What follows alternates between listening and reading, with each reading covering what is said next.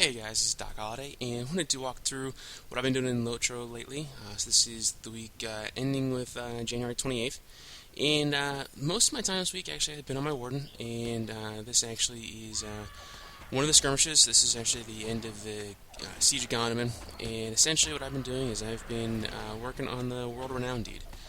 It's one of those things where I haven't had a whole lot of other things going on. I really haven't had a whole lot of time to do dedicated gaming time where I go off and do raiding and some of the other things that I enjoy. So I thought I'd set myself a goal, and my goal was to start working on some of these reputations. So my plan for that was to kind of do a combination of skirmishing, playing the auction house game, and working on crafting and things like that I could get that way. So this is walking through the Siege Gondaman. So the majority of this skirmish is running back and forth between the various different directions. So they'll call out, there's an invasion force coming from the south, which is off to the left of the screen there, or ahead of me now, off to the west, which is straight ahead of me, or off to the north, which is off to the right.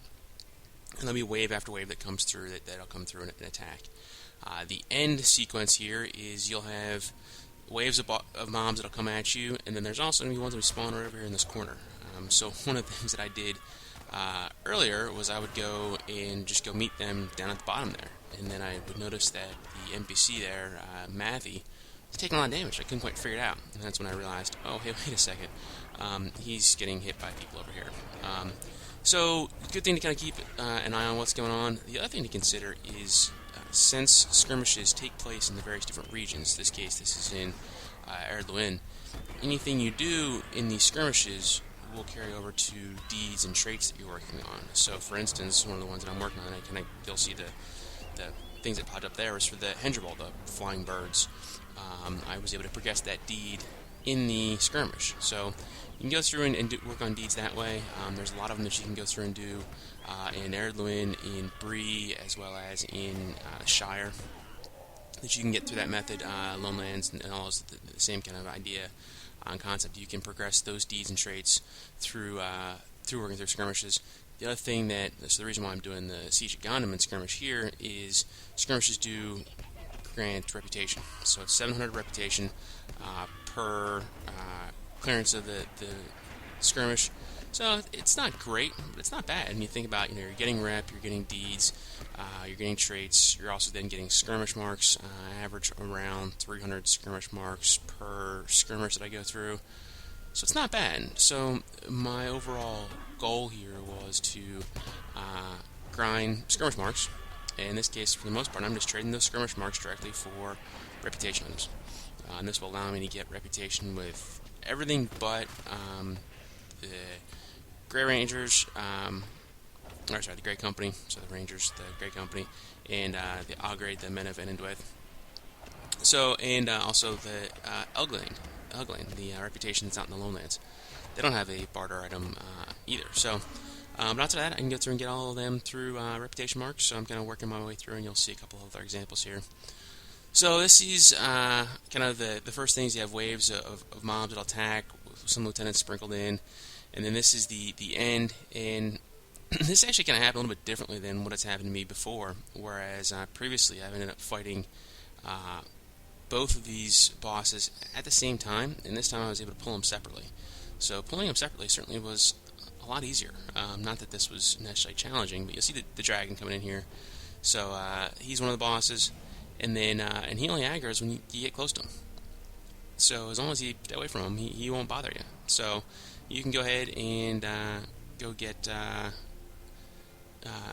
Ingorth and go ahead and pull him and kill him, and you don't have to worry about the dragon, which is, again, pretty handy. So for the most part, this is just it's just barely more than a signature. Nothing real tricky when you've got a signature NPC fight with you and you get your skirmish soldier. So this isn't too tricky. It's a little bit tricky when you have both at the same time, so that's why it was nice that I could realize I could split them apart. So Siege of Gondaman, I enjoy the skirmish. It's a nice change of pace. The encounters get a little bit hairy, mainly from the standpoint of they come in real quick, so you don't have a whole lot of time to do them.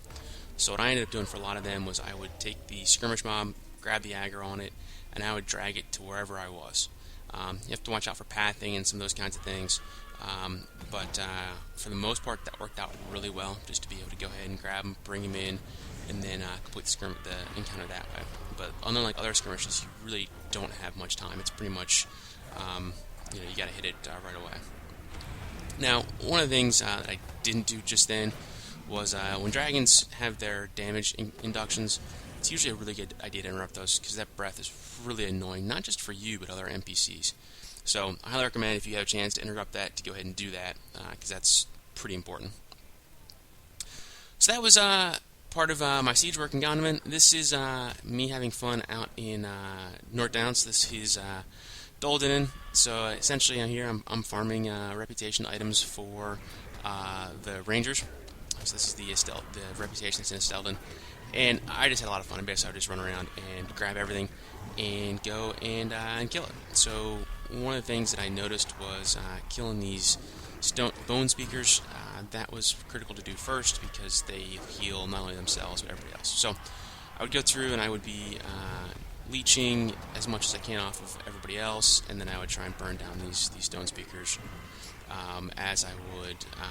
Usually I'd try and get some dots on them, such that would usually kind of out-tick their heals. Didn't always work, but that was my plan. So you can see them. They're off. There's two of them that are in this little cluster here, but for the most part, I'm really just trying to DPS them down. And then occasionally, like this time here, I'll get the interrupt off, but that interrupt actually killed the guy, so it ended up doing two jobs at once. In this case, one of the things I do a lot whenever I'm expecting to have something need to interrupt, I'll just go and build up the onslaught. And that way, at any point in there that I need to, I can go ahead and get off the interrupt. I can also get off DPS attacks and the like. So doing that, though, leaves me open to damage. So now I have to go back and kind of build up a little bit. So I'm using Resolution here. Main reason I'm using Resolution is it gives me a quick initial burst of healing. Then I'll build up to Excitation of Battle. It's a little bit smaller ticks, but helpful. Fierce Resolve is another one I use a lot. Again, just helpful to build that up. When fighting lots of mobs, I will use Javelin of Deadly Force. The key about that one is it is a cone, and it just goes in a straight line from where you're facing, not from what you have targeted. So you need to be a little cautious there of what you're doing and what's going on to make sure that you actually grab and hit the things that you want to hit. So, I also spread in Desolation. Desolation is nice because not only is it a nice big dot, it also is a fear, which gets things off your back for a little bit, just gives you a little bit more chance to breathe, so it's a kind of an AoE, damage preventer. So I did this. I was able to grind a bunch of reputation items this way, and get pretty far.